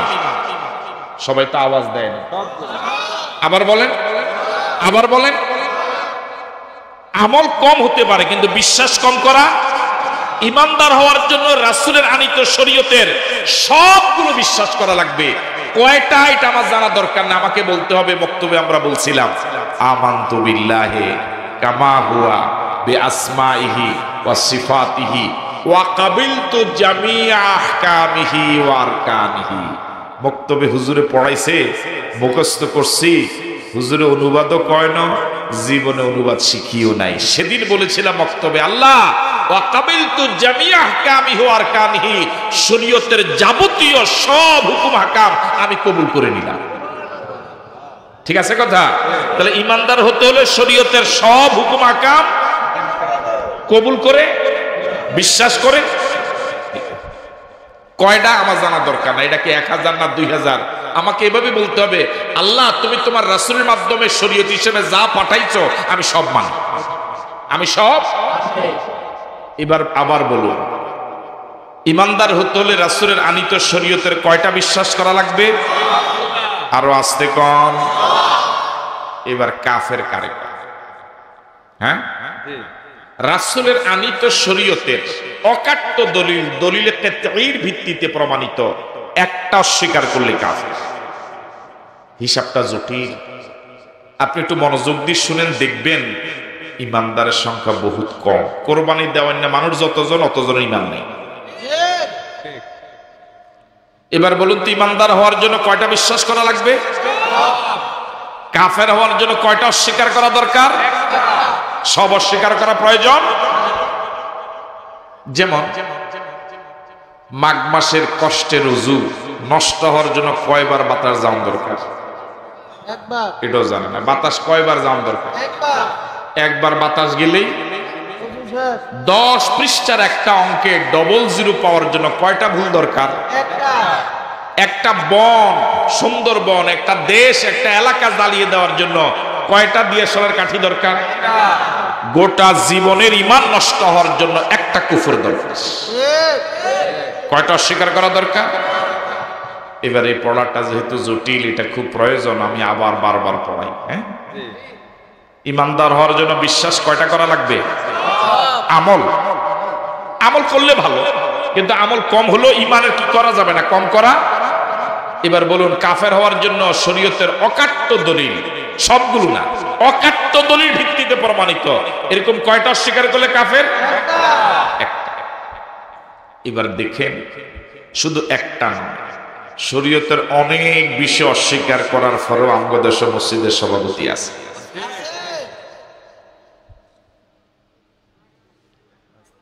এখন দলিল লাগবে না? একটা অস্বীকার করলে যে কাফের হয়, দলিল লাগবে না? না আন্দাজে মুখে বিশ্বাস করবেন, দলিল লাগবে? কাদিয়ানির নাম শুনেছেন? কাদিয়ানি ঈমানদার না কাফের? অনেকে বলেন এই তো ঈমানদার না কাফের। শুধু কি আমরা বলি না, গোটা পৃথিবী জানে। বাংলাদেশে হুজুরদের ভিতরে কাজ কম না বেশি? কথা কয় না? হুজুরে হুজুরে কাজের অভাব নেই, কিন্তু কাদিয়ানিরা যে কাফের এই ব্যাপারে কোন হুজুরের কাজ নেই, সব হুজুর। তাহলে সব ওলামায়ে কেরাম, বাংলাদেশের বহির্বিশ্বের সবাই একমত কাদিয়ানিরা। কাদিয়ানিরা কি পুরা কোরআন শরীফ অস্বীকার করে কাফের হয়েছে? পুরা কোরআন শরীফের একটা সূরা অস্বীকার করে কাফের হয় নাই। কোরআন শরীফের একটা আয়াত অস্বীকার করে কাফের হয় নাই, বরং একটা আয়াতের শেষ দুইটা শব্দ অস্বীকার করে কি হয়েছে? মা কানা মুহাম্মাদুন আবা আহাদিম মির রিজালিকুম ওয়ালাকির রাসূলুল্লাহি ওয়া খাতামান নাবিয়্যিন। এই আয়াতের শেষ দুইটা শব্দ ওয়া খাতামান নাবিয়্যিন, আমাদের নবী সর্বশেষ নবী। কাদিয়ানীরা এই আয়াতের দুইটা শব্দ স্বীকার করে চিরদিনের জন্য কি হয়ে গেল? আরো জোরে কর। তাহলে কাদিয়ানীরা কোরআন শরীফের একটা আয়াতের দুইটা শব্দ স্বীকার করে চিরদিনের জন্য কাফের হয়, কোরআন শরীফের অসংখ্য আয়াত অস্বীকার করে ইমানদার থাকে কেমন করে? বুঝতে পারলাম? একদম জীবন্ত উদাহরণ কি পেলেন? এবার দ্বিতীয় দলিল নেন, বুখারী শরীফ দ্বিতীয় খণ্ড কিতাবুল জিহাদ কিতাবুল মাগাজির হাদিস। একটা লম্বা হাদিস, আমি অনুবাদটা শুধু সংক্ষেপে বলছি। রাসূল করিম সাল্লাল্লাহু আলাইহি ওয়াসাল্লাম যখন ইন্তেকাল করলেন, রাসূলের রেখে যাওয়া ইসলামী রাষ্ট্রের সরকার প্রধান হলেন হযরত আবু বকর সিদ্দিক রাদিয়াল্লাহু তাআলা। কথা কি সঠিক? আওয়াজ মাঝখানে একটু বাড়ছিল, এখন আবার কমে গেছে। আজকে যুবক নাই, সব বুড়া মনে হয়। কেন? রাসূল কি রাষ্ট্র চালাইছিলেন? আবু বকর রাদিয়াল্লাহু তাআলা রাজনীতি করছে রাসূল? তো হযরত আবু বকর সিদ্দিক যখন খলিফা হলেন, রাষ্ট্রপ্রধান হলেন, ইসলামী রাষ্ট্রে বিশৃঙ্খলা দেখা দিয়েছে শুরুতে। এরকম কিছু লোক প্রথমে আবিষ্কার হলো যারা নিজেকে নবী বলে দাবি করা শুরু করল। হযরত আবু বকর তাদের বিরুদ্ধে জিহাদ করলেন। জিহাদের মাধ্যমে এই ফিতনা, এই বিদ্রোহ কি করলেন? দমন করলেন। মনোযোগ আছে? এর কিছুদিন পরে আমরা দলিল দিচ্ছি যে ঘটনার, এই ঘটনার সাথে অংশ জড়িত, কিছু লাগবে না। এর কিছুদিন পরে এরকম কিছু লোক আবিষ্কার হলো, তারা সরকারকে বলল খলিফাতুল মুসলিমিন, ইসলামের সব ভালো লাগে। মনে আছে আগের কথা? ইমানদার হওয়ার জন্য কয়টা বিশ্বাস করা লাগবে? ওরা বলল যে ইয়া খলিফাতুল মুসলিমিন, ইসলামের সব ভালো লাগে, তবে কথা বলে না, জোরে বলেন না। সেটা হলো যাকাত। সেটা কি? যে আমরা এখন থেকে আর কি দিব না। কি অস্বীকার করছে? এদেরকে বলা হয় মুনকিরিনে যাকাত। এখন যারা সরকারকে যাকাত দিতে অস্বীকার করছে, ওদের বিরুদ্ধে কি ব্যবস্থা নেওয়া লাগবে, এই জন্য হযরত আবু বকর একটা সংসদ অধিবেশন ডাকলেন। সংসদের কথাই কোরআন শরীফে আছে না নাই? একটা সূরাই আছে সংসদের নামে, সূরাতুশ শুরা। রাষ্ট্রের নামে সূরা আছে, সূরাতুল মুলক। সংসদ ডাকলেন হযরত আবু বকর সিদ্দিক রাদিয়াল্লাহু। আমি কিন্তু হাদিসের অনুবাদ শোনাচ্ছি আপনাদের। হযরত আবু বকর সিদ্দিক একটা বিল উত্থাপন করলেন, বললেন আমার সরকারকে যারা যাকাত দিতে অস্বীকার করছে, আমি তাদের বিরুদ্ধে জিহাদ করতে চাই। কি করতে চাই? এই সংসদে হযরত ওমর আছে। কে আছে? ওমর ফারুক রাদিয়াল্লাহু তাআলা আনহু তিনি দাঁড়ালেন, বলেন ইয়া খলিফাতুল মুসলিমিন, আপনি যাদের বিরুদ্ধে জিহাদের প্রস্তাব দিলেন ওরা তো কালিমা পড়ে। কি পড়ে? বুঝতেছেন কথা? মনোযোগ না থাকলে কিন্তু ভুল বুঝবেন, উল্টা বুঝবেন। ওরা তো কি পড়ে? এবার হযরত ওমর বললেন, রাসূলের একটা হাদিস যে রাসূল বলেছেন মান ক্বালা লা ইলাহা ইল্লাল্লাহ দাখালাল জান্নাহ, যে ব্যক্তি লা ইলাহা ইল্লাল্লাহ বলবে সে জান্নাতে যাবে। আপনি যাদেরকে হত্যা করার সিদ্ধান্ত দিলেন, প্রস্তাব দিলেন, এরা তো কালিমা পড়ে, অথচ রাসূল বলেছে এরা জান্নাতি, এরা তো কালিমা পড়ে। সুতরাং এদের বিরুদ্ধে অস্ত্র দ্বারা কি হবে না? জিহাদ করা। হযরত আবু বকর এবার ফ্লোর নিলেন। তিনি এবার রাষ্ট্রপ্রধান হিসেবে তার সিদ্ধান্ত সংসদকে জানাই দিলেন। আজ থেকে ১৫০০ বছর আগে তিনি যে সিদ্ধান্তটা জানালেন, বর্তমানে বুখারী শরীফের হাদিস। হযরত আবু বকর সিদ্দিক বলেন, ওয়াল্লাহি লা উকাতিলান্নাহুম লাউ মানাউনি ক্বালা। ও সংসদ সদস্যরা, আল্লাহর কসম করে বলি, তারা যদি আমার সরকারকে যাকাত হিসেবে একটা ওটের বাচ্চা দিতে অস্বীকার করে, লা উকাতিলান্নাহুম, আমি অবশ্যই তাদেরকে হত্যা করব। কি করব? এবার আপনাদের কাছে আমার প্রশ্ন, হযরত আবু বকর আল্লাহর নামে শপথ করে যাদেরকে হত্যা করার সিদ্ধান্ত দিলেন, তারা কি নামাজ পড়ে? ওই চশমা বলেন, দেখেন ওই বড় ভাই ছোট ভাই, তারা কি নামাজ পড়ে? তারা কি রোজা রাখে? হজ করে, মাথায় টুপি, মুখে দাড়ি, পাগড়ি, জুব্বা, এরা কি রাসূলকে দেখছিল? দেখছে। রাসূলের পিছনে নামাজ, রাসূলের সাথে জিহাদে। রাসূলকে দেখার মতো একজন লোক কি বর্তমান পৃথিবীতে আছে? রাসূলের পিছনে নামাজ পড়ার মতো সৌভাগ্য বর্তমান পৃথিবীর একজনের কি আছে? এই মানের লোকদেরকে হত্যা করার ওয়াদা করেছে হযরত আবু বকর। যারা রাসূলকে দেখেছে, রাসূলের পিছনে নামাজ পড়েছে, আল্লাহ বিশ্বাস করে, নবী বিশ্বাস করে, পরকাল বিশ্বাস করে, জান্নাত জাহান্নাম বিশ্বাস করে, রাসূলের সাথে জিহাদে গেছে। অপরাধ কয়টা? একটা। হযরত ওমর চিন্তা পড়ে গেলেন। তিনি চিন্তা করলেন আবু বকর নরম মানুষ, তিনি থাকার কথা মারামারির বিরুদ্ধে, আমি ওমর গরম মানুষ, আমি থাকার কথা মারামারির। আজকে আবু বকর মারামারির পক্ষে, আমি বিরুদ্ধে, সামথিং ইজ রং, কোথাও সমস্যা আছে। তিনি আল্লাহর কাছে ফরিয়াদ করলেন, আল্লাহ তুমি আমাকে বুঝ দাও। আল্লাহ হযরত ওমরকে বুঝ দিলেন। এবার হযরত ওমর সংসদে দাঁড়ালেন। সংসদে তিনি একটা সিদ্ধান্ত জানালেন, বিবৃতি দিলেন। আজ থেকে 1000 বছর আগে হযরত ওমর সেই সংসদে যে বিবৃতিটা দিলেন, সেটা বুখারী শরীফের হাদিস। হযরত ওমর এবার বলেন, ওয়াল্লাহি ইন্নী আরাফতু আন্নাহুল হক।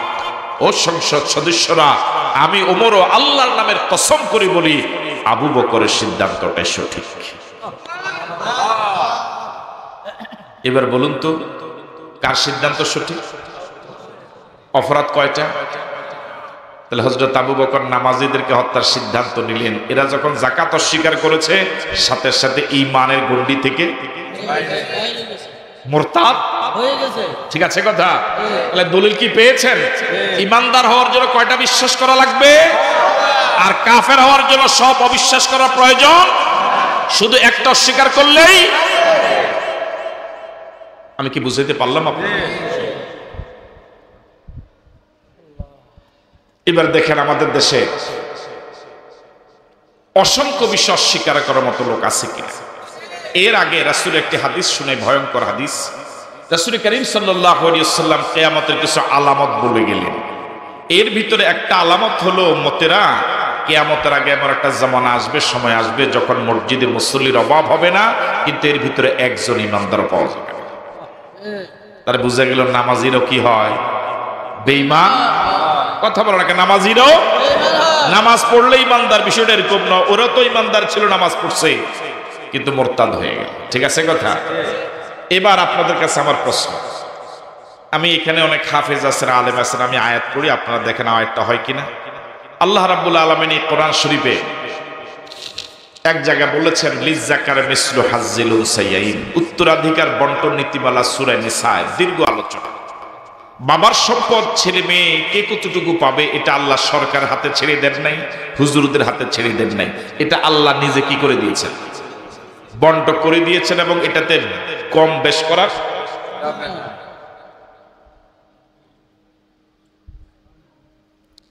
করার কোনো সুযোগ নাই।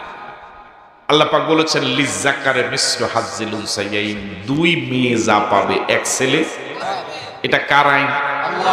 আপনি যখন আমাদের বাহার সাহেব, রাগ করবেন না তো, বাহার সাহেব যখন এই কোরআন শরীফ বিশ্বাস করছে, আমানতু বিল্লাহি ওয়া মালাইকাতিহি ওয়া কুতুবিহি, আল্লাহ তোমার প্রতি ঈমান আনলাম, তোমার ফেরেশতার প্রতি ঈমান আনলাম, কোরআনের প্রতিও। কিন্তু এই কোরআনের ভিতরে যে দুই মেয়ে যা পাবে এক ছেলে তা পাবে, এটার প্রতি ঈমান আনছে না আনে নাই? উনি যখন বললো আমি কোরআনের প্রতি ঈমান আনছি, তাহলে কোরআনের ভিতরে যা আছে, বুঝুক আর না বুঝুক, এটার প্রতি কি করে ফেলেছে? বাস, ঈমানদার হয়ে গেছে। হঠাৎ এই হুজুরে, রাগের মতো, এই হুজুরে বাহার সাহেবের কয়, বাহার সাহেব আমরা তো অনেক টাকা পয়সা, আমরা মাইয়া দুগা হলো উগা। আসলে তো এরকম মনে হয়, হ্যাঁ হ্যাঁ, ওনার মেয়ে দুগা ছেলে উগা, তো দুই মেয়ে যা পাবে ফলো উগা তা পাইবো, এটা তো আল্লাহ কোরআন শরীফে কইছে। উনি কয় এটা হয় না, আল্লাহর অঙ্কের জ্ঞান নাই, আমি এটা মানি না। মনে করেন উনি এটা কইলেন, ঈমান আছে না নাই? আর আস্তে কর, আয়াত কবি অস্বীকার করছে। এটা অস্বীকার করছে 2024 সালে, ঈমান যাইব 41 সালে। কবে যাইব? আঙ্গ বেডিয়ে তো নিজে থাউনের লাগে নিয়ত করছিল 41 সাল পর্যন্ত, কিন্তু সময় পাইছে 45 মিনিট। সময় পাইছে কয় মিনিট? নিয়ত করছিল সবাই লইয়া যে 41 পর্যন্ত আমি আসি। আর আমাদের দেশের মানুষ আমরা কইছিলাম কিসের 41, আমরা যতদিন বাঁচেন।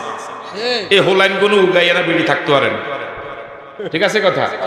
তো উনি এখন অস্বীকার করছে আয়াতিজ্ঞা এই বছর ইমান যাবে 41 সালে না, সাথে সাথে অজু গেলে তো আওয়াজ হয়, আওয়াজ না হইলে অন্তত গন্ধ হয়, এই ইমান যে গেছে আওয়াজও নাই গন্ধ, ঠিক আছে কথা। এবার কনসে দেখি বাহার সাহেবের মাথার টুপি আসেনি, দাঁড়িয়ে আসেনি, আমার তো একটু ছোট না লম্বা, পাঞ্জাবি আসেনি, তাহলে কি নাই? তাহলে বোঝা গেল বাংলাদেশে বহু দাঁড়িওয়ালা টুপিওয়ালা বেঈমান আছে। তাহলে ইমান যায় কেমনে এবার বুঝে আসছে তো কথা মুরব্বী, ঠিক আছে তো কথা। এবার আপনাদের কাছে বলি, আল্লাহ রাব্বুল আলামিন কোরআন শরীফে বলেছেন আলা লাহুল খালকু ওয়াল আমরু, সৃষ্টি যার। ওলামায়ে কেরাম একটু সাক্ষী দেন এই আয়াত কি কোরআন শরীফে আছে? আমার অনুবাদটা কি হইছে? আমি যখন এই কোরআন শরীফকে বিশ্বাস করলাম, এবারে হুজুর যদি হুজুর রাগ করতেন না তো আমরা আবার মুরব্বী মানুষ হুজুর না, আর এই হুজুর এতে সুন্দর হুজুর আর আসেনি, এর মধ্যে একজন উনি। তো এখন উনি এই কোরআন শরীফ বিশ্বাস করছে মানে আল্লাহ লাহুল খালকু ওয়াল আমরু, আল্লাহ বলেছেন সৃষ্টি যার, আইন চলবে তার। উনি এটাকেও কি করে ফেলেছে? বিশ্বাস করছে। কিন্তু এটা যে কোরআন শরীফে আছে এটা উনি কখনো জানতো না, কিন্তু যখন এজমালি ভাবে বিশ্বাস করছে মানে এটাও কি করেছে? বিশ্বাস করছে। এখন ইসলামী আন্দোলন লোক একজন আইয়া কয় ডাক্তারে যে করেন লম্বা পাঞ্জাবি গাদ দিয়েছেন, জুব্বা গাদ দিয়েছেন, মাথার টুপি, আল্লাহ তো কয় যে মানুষের আইন এর আন্দোলন করা যাবে না, জমিন আল্লাহর, আইন চলবে আল্লাহর, আপনাকে সেই কাজ করা লাগবে, বাইতুল মাল দেওয়া লাগবে, ইয়ামত দেওয়া লাগবে, ইসলামী আন্দোলনের সমর্থন করা লাগবে। উনি কয় আমি রাজনীতিক নাই, আমি এটা মানি না, কথা কয় না। আমি মসজিদও আছি, আমি মাদ্রাসাতে আছি, আমি নুরুলি মাদ্রাসা 10,000 টাকা প্রতি বছর দিই, আমি মোটামুটি কোন ইচ্ছা হতে জান্নাতে যাই, আমি এই আন্দোলন আমি নাই, আমি এটা বিশ্বাস করি। ইমান থাকবো না যাইব? কাদিয়ানীর না কয়টা আয়াত অস্বীকার করে বেঈমান ছিল, তো উনি আয়াত অস্বীকার করে ইমানদার থাকে কেমনে? তাহলে যারা বলে ইসলামের সাথে রাজনীতির সম্পর্ক নাই, যারা বলে কোরআনে রাজনীতি নাই, ইমান আছে তো? কথা বলেন, ইমান আছে তো? এবার আপনাদের কাছে আমার প্রশ্ন, যারা বলে কোরআনে রাজনীতি নাই তারা কি এই কথা বিশ্বাস করে দুই একজনের বেঈমান বানাইছে না কোটি কোটি ভোটারে বেঈমান বানাইছে? তাহলে ওই জাতীয় সংগঠন যারা করে শুধু একটা কথার কারণে, এই একটা আয়াত নয়, কোরআন শরীফের নামাজের আয়াত আছে 82টা। আর কেউ যদি ইসলামী রাজনীতি অস্বীকার করে, ইসলামী রাজনীতি, অর্থনীতি, সমাজনীতি, ব্যবসা নীতি, শিক্ষানীতি, বন্দিনীতি, চুক্তিনীতি, পারিবারিক নীতি, সন্ধিনীতি, ইসলামের রাজনৈতিক অবকাঠামোর উপরে এই কোরআন শরীফে আয়াত আছে প্রায় 1000। কয় হাজার? কথা কয় না? তাহলে কোরআন শরীফে নামাজের কথা আছে মাত্র 82 জায়গায়, কোরআন শরীফে রাজনীতির সংশ্লিষ্ট কথা আছে 1000। কাদিয়ানীরা একটা আয়াতের কিছু অংশ অস্বীকার করে যদি বেঈমান হয়, ডাক্তার সাহেব 1000 আয়াত অস্বীকার করে ইমানদার থায় কেমনে? আমি কি কথা বুঝতে পারলাম? আমাদের রাসূল কি রাজনীতি করছে না করে না? হ্যাঁ করছে। রাষ্ট্রপ্রধান ছিল আবু বকর, ওমর, ওসমান, আলী রিদওয়ানুল্লাহ তাআলা আলাইহিম আজমাইন। ওনাকে রাজনীতি করছে, রাষ্ট্র চালাইছে। যে বলে কোরআনে রাজনীতি নাই, মনে হয় যেভাবে কইছে, মনে হয় কোরআন শরীফের পৃষ্ঠা পৃষ্ঠা লাইনে লাইনে ফড়ি দেখছে না, নাই তো টোগাই চাইছে, হাতে কি নাই? আমার কাছে কি বিশ্বাস হয় কোরআন শরীফ ভরি চাইছে? ফড়তো ফারে বললা মনে হয়, জীবনে কোরআন শরীফ দর্শ বললা মনে হয়, আন্দাজি মারি দিস। কথা কয় না কেন? এটা হইলো এরকম যে রোজা রাখে ডাক্তার সাহেব, ওই ইফতারি করে হেমিয়া। কথা কয় না কেন? ঠিক কিনা? রোজা রাহে লোকে ইফতারি খায়, যে রোজা রাহে না। ঠিক আছে কথা? তাহলে না মাদ্রাসা পড়লাম আমরা, পড়াই আমরা, ফতুয়া দেয় যে কোরআন শরীফ ভর্তি জানি। আমার ভাইরা, এদেরকে নেতা বানাইছি তো আমরা, ঠিক নয় কি? আল্লাহ রাব্বুল আলামিন কোরআন শরীফে নামাজ পড়তে বলেন নাই, বরং নামাজ কায়েম করতে বলেছেন। কি করতে বলেছেন? আরো আস্তে কর, পড়া আর কায়েম করা, প্রতিষ্ঠিত করার মধ্যে পার্থক্য আছে না নাই? আমাদের দেশে পোশাক পরা এটা প্রতিষ্ঠিত আছে, প্যান্ট পরা, পায়জামা পরা, লুঙ্গি পরা, শাড়ি পরা, থ্রি পিস পরা প্রতিষ্ঠিত আছে না নাই? পোশাক পরা প্রতিষ্ঠিত থাকার কারণে সমাজে কোনো উলঙ্গ মানুষ, যদি উলঙ্গ মানুষ কেউ দেখে তার কি বলে? সমাজে পোশাক পরা প্রতিষ্ঠিত থাকার কারণে এখানে ছোট্ট একটা বাচ্চাকে যদি আপনি উলঙ্গ হতে বলেন সে কিন্তু কি হবে না, যেহেতু সমাজে পোশাক পরা কি আছে। সমাজে পোশাক পরা প্রতিষ্ঠিত থাকার কারণে উলঙ্গ মানুষ দেখলে মানুষ পাগল বলে। সমাজে উলঙ্গ মানুষ পোশাক পরা প্রতিষ্ঠিত থাকার কারণে যদি কোনো উলঙ্গ মানুষ চেয়ারম্যান নির্বাচনে দাঁড়ায়, কেউ ভোট দিবে? এই মেয়ে দিবে মনে হয়, দিবে। কি জন্য? থাক, ঠিক নয় কি? যদি নামাজ সমাজে প্রতিষ্ঠিত থাকতো, বেনামাজি দেখলে মানুষ পাগল বলতো।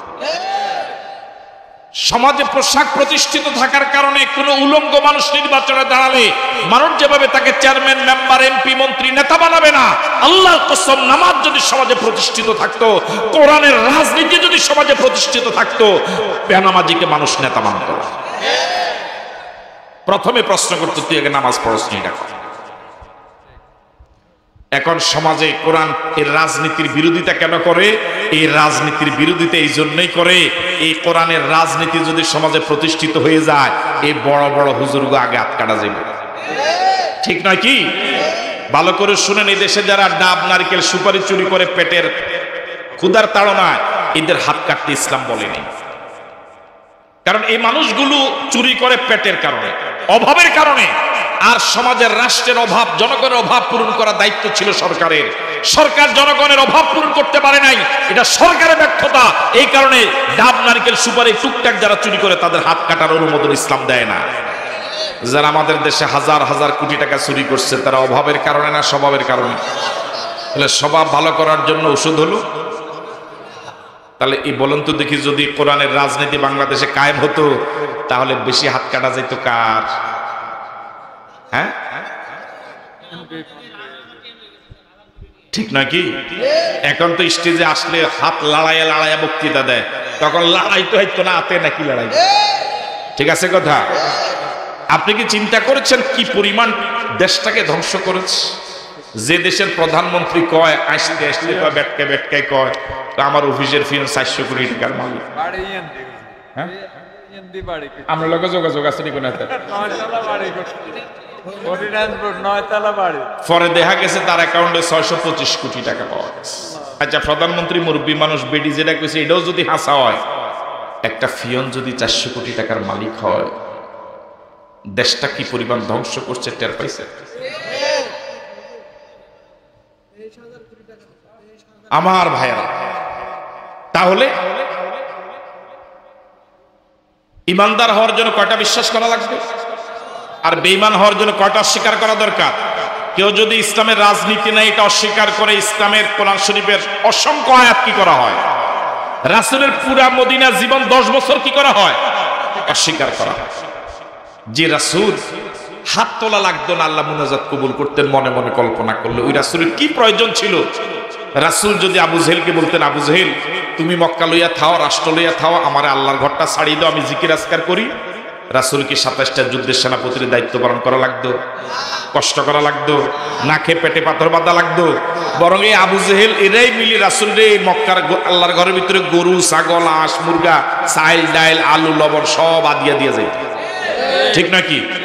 সর্বশেষ একজন সাহাবীর নাম আপনারা বলেন, যে সাহাবী যদি আপনাদের জানা থাকে, যে সাহাবী নামাজ, রোজা, হজ, যাকাত, জিকির আজকার, তাসবিহ, তাহলিল, ঢিলা, কুলুক, ইশরাক, আওয়াবিন, চাষ, তাহাজ্জুদ, ধর্মের ব্যাপারে নেতা মানতেন, ইমাম মানতেন মুহাম্মদুর রাসূলুল্লাহ সাল্লাল্লাহু আলাইহি সাল্লামকে, আর রাজনীতি, অর্থনীতি, মিছিল, মিটিং, সমাবেশ, এই রাজনীতির ক্ষেত্রে নেতা মানতেন আবু জেহেলকে, এরকম একজন সাহাবীকে পাওয়া যাবে?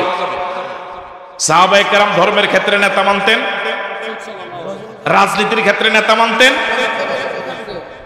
তাহলে সাহাবায়ে কেরাম ধর্মের ক্ষেত্রে যাকে নেতা মানতেন, ইমাম মানতেন, রাষ্ট্রের ক্ষেত্রে, রাজনীতির ক্ষেত্রেও তাকেই।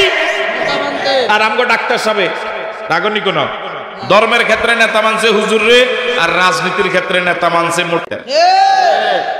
তাহলে ওনার নামাজের সাথে রাজনীতির কোনো সম্পর্ক আছে না নাই? সাহাবায়ে কেরামের চরিত্রের সাথে? আমি বুঝাতে পারলাম। যুবকদেরকে বলি বিনয়ের সাথে, এমন মিছিলে তুমি কেন যাবা যে মিছিলে গেলে আল্লাহু আকবার বলা যায় না? এমন রাজনীতি তুমি কেন করবা যে রাজনীতির দলে গেলে পরে আল্লাহর নবীর আদর্শের কর্মী হতে বলে না? বরং নেতার কর্মী, নেত্রীর কর্মী, নেতা হয় জীবিত, না হয় কবরে, হয় দেশে, না হয় পালাইয়া। ঠিক নয় কি? তুমি একটু আগে নামাজ পড়েছো, আল্লাহু আকবার বলে নামাজ শুরু করেছো, রুকুতে আল্লাহু আকবার, সিজদা আল্লাহু আকবার, সিজদাতে করতে আল্লাহু আকবার, 5 বেলা অসংখ্যবার আল্লাহু আকবার তুমি বলেছো। নামাজ শেষে যে মিছিলে গেলা, ওই মিছিলে যদি আল্লাহু আকবার বলা না যায়, তাহলে তোমার নামাজের সাথে তোমার এই মিছিলের কোনো মিল নাই।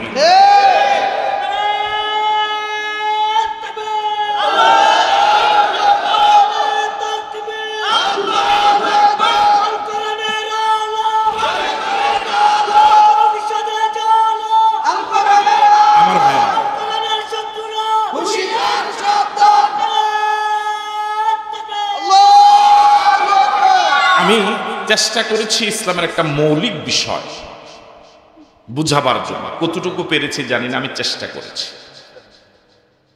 যে কোনো মূল্যে আপনাকে ঈমান রক্ষা করাই লাগে, ঠিক নয় কি? ঈমানও দামি সম্পদ, জীবনও দামি সম্পদ, ঠিক নয় কি? এবার বলুন তো, জীবন এটার দাম আছে না নাই? ঈমানের দাম আছে না নাই? এই দুইটার ভিতরে সবচেয়ে দামি কোনটা? যদি ঈমানটা রক্ষা করার জন্য জীবনটা দেওয়া লাগে, পাস না ফেল। আপনার কেন খাল আসেনি নাকি? খালের ভিতরে আমগো সভাপতি সাহেব মাছ ধরতে গেছে জাই জাল। এখন জাকি জালের ভিতরে আপনার বোয়াল মাছ একটা উঠছে 7.5 কেজি। কয় কেজি? 7.5 কেজি। এই বোয়াল মাছের লগে কিছু হুডিও আছে, কাঁচকিও আছে, খইও আছে, চিনেন তো? এখন উনি বোয়াল মাছের দিকে ওনার কোনো কি নেই, নজর নাই। এটা আটকাবার জন্য এটা খালি লাফাই কল্লাবার করে নিছে। উনি খালি হুডিগুন কইল, দুলাতল, কথা বুঝেন না? ওই দাঁড়কিলা খইয়ে এগুন কইল, অথচ বলগা আমরা তার হাগল কইবেন না, বালা কইবেন না, কথা কয় না কেন? আমনে আপনি কি কইবেন এটা কয়, ঠিক না কথাটা? সবাই কবে কি রে 7.5 কেজি ওজনের 10 কেজি ওজনের বোয়াল হেতে ছাড়ি দিল, হেতে হুডি মাস্টার কি কইবেন? বেকু।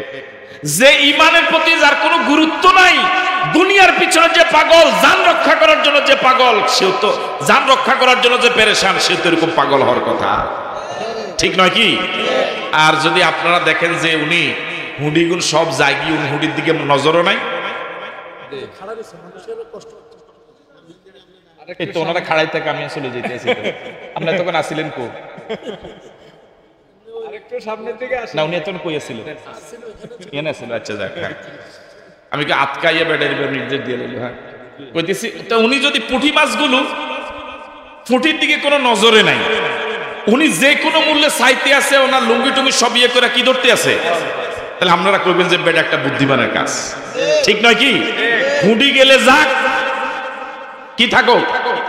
এবার আপনাদের কাছে আমার প্রশ্ন, ঈমান দামি না কম দামা?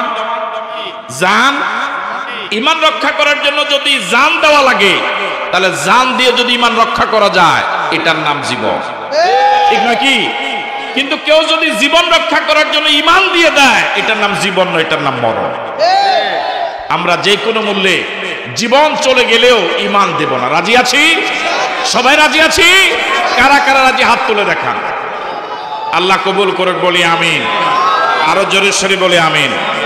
এই মাদ্রাসার প্রতি খেয়াল রাখবেন, ছাত্র দিয়ে, অর্থ দিয়ে, বুদ্ধি দিয়ে, পরামর্শ দিয়ে, অন্তত বিরোধিতা না করে, ঠিক আছে কথা?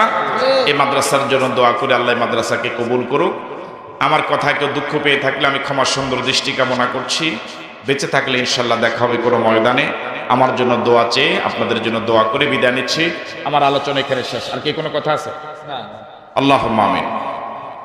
রব্বানা যালামনা আনফুসানা ওয়া ইল্লাম তাগফির লানা ওয়া তারহামনা লানাকুনান্না মিনাল খাসিরিন।